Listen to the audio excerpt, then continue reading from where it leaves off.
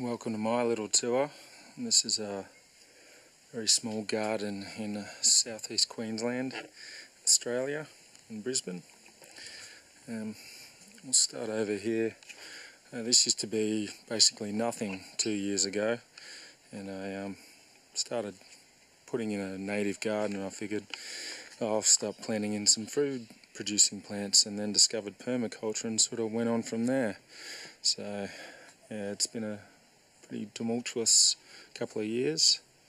We've had really big floods, and this year was some of the worst temperatures we've ever had. Some records set in Australia, some bad fires as well. We had the longest period without rain, I think, in quite a few years, and almost everything died, but it's all come back now. Now we've had above average rainfall, more floods. That's climate change for you. Little raised garden bed here that originally had a lemon in it which died. Now it's got a lime in amongst sweet potato, lucerne, pigeon pea, passion fruit up the back. Raised garden bed here that I built before I was going to do any gardening, and that's just got a pomegranate, some rosemary. That's where the passion fruit come out of. Some more pigeon pea, a jewel plant mandarin in there. So there's two mandarins, two varieties, a medium and a late, or a mid-season and a late. Asparagus. Down here is something called sisu spinach, which is a perennial spinach that needs blanching. These aren't really on contour, these little paths, but they grab a lot of water from up the hill, comes rushing down and sort of just infiltrates it sideways. These are mulch filled, wood mulch filled, which I'm walking on now. I dig them out once a year and stick them onto the garden bed. When I've got an excess of green waste or food waste from the kitchen that doesn't go into the worms, I also bury it under the mulch here and let the black soldier fly and the worms sort that out. Yeah, some pawpaw. Now this direction here, straight ahead, is north. So I've got a very large eucalypt, well, not very large but quite tall eucalypt on my northeast, and a leopard tree which block all the sun.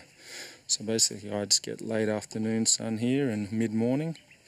So we haven't got a great solar aspect. Under here was supposed to be lettuce and things of that nature. Underneath what is a choco on an old swing, two types of choco, and what's a Malabar spinach, I think. And you just eat that straight up. But thanks to the no rain, nothing grew under here, so I've just planted weeds. Weeds I've grabbed out of a native area. This is Crotalaria, or rattle pods. Very hardy nitrogen fixer. On the other side there is Yukon, Peruvian earth apple.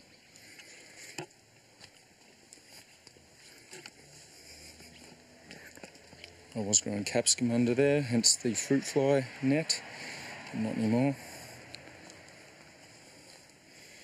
This is really the kitchen garden area, which I'm going to replace with some wicking beds at some point.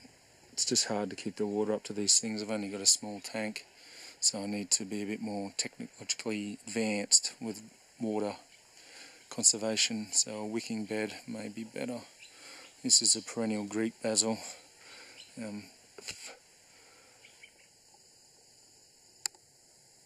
see if I can get a focus. This flowers almost all year round, so we get quite a few European honeybees, like that one down there, but also these little stingless bees here, which are a native of ours. Don't know if you can see any. I have a hive just tucked away over here.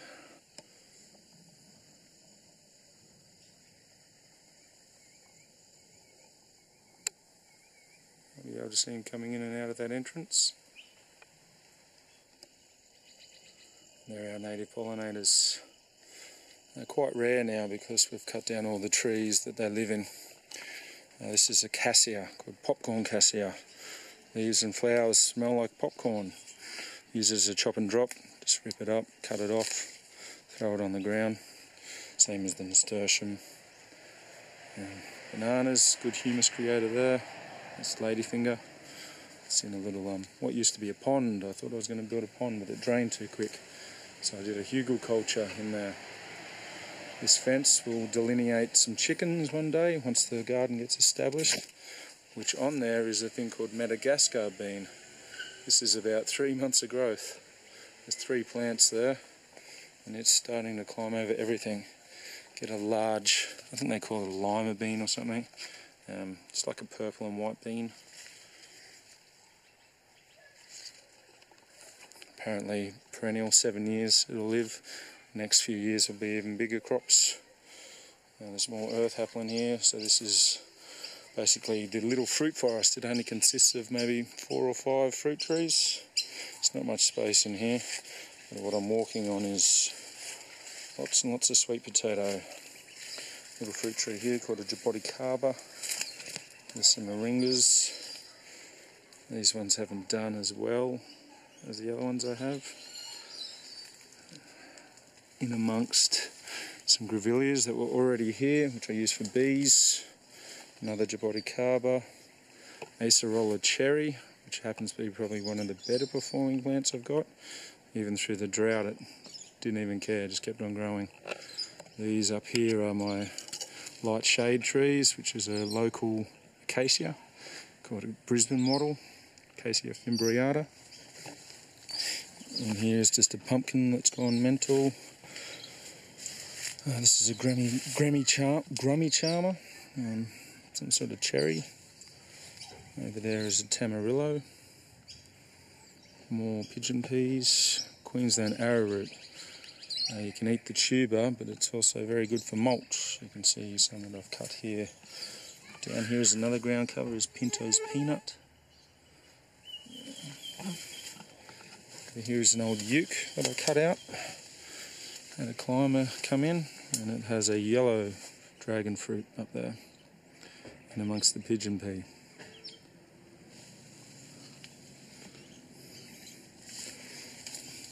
A little water source with some duckweed on it. The ants like it, nothing else does. There's a little Washington navel down there. Another popcorn cassia amongst some understory rainforest plants that we have. This one's called Smell of the Bush. Apparently to most Americans it smells like a skunk. Here's a lucina for chop and drop. Little baby one that's been inoculated. That seems to be moving along quite nicely now. Walking through here is interesting. I know where the paths are, but no one else does. So once people walk in here, they tread on everything.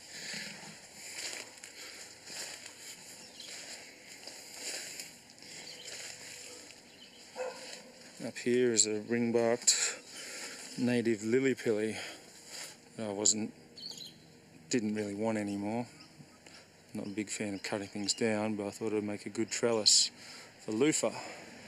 So last year we got like 40 loofah. This year we're going to have 5, thanks to the late season with the rain.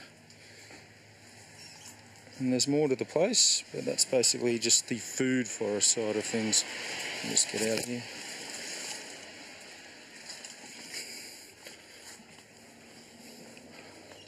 Just do a last scan. There's a persimmon in there, a dwarf citrus.